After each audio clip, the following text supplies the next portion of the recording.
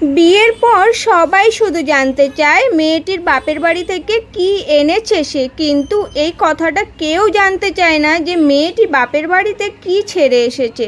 ছেলেরা তো শ্বশুর বাড়িতে গিয়ে দুদিনও থাকতে পারে না, কিন্তু মেয়েরা মা বাবা ভাই বোন সকলকে ছেড়ে শ্বশুর বাড়িতে গিয়ে সারা জীবন কাটিয়ে দেয়।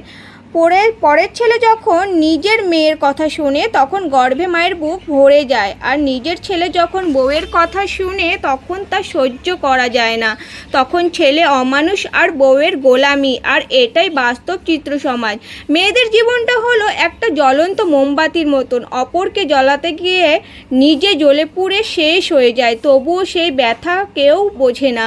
মেয়েরা খুব ভালো অভিনয় করতে পারে। কিসের অভিনয় জানো তো? হাজারো কষ্টের মধ্যে হাসি মুখে থাকার অভিনয়।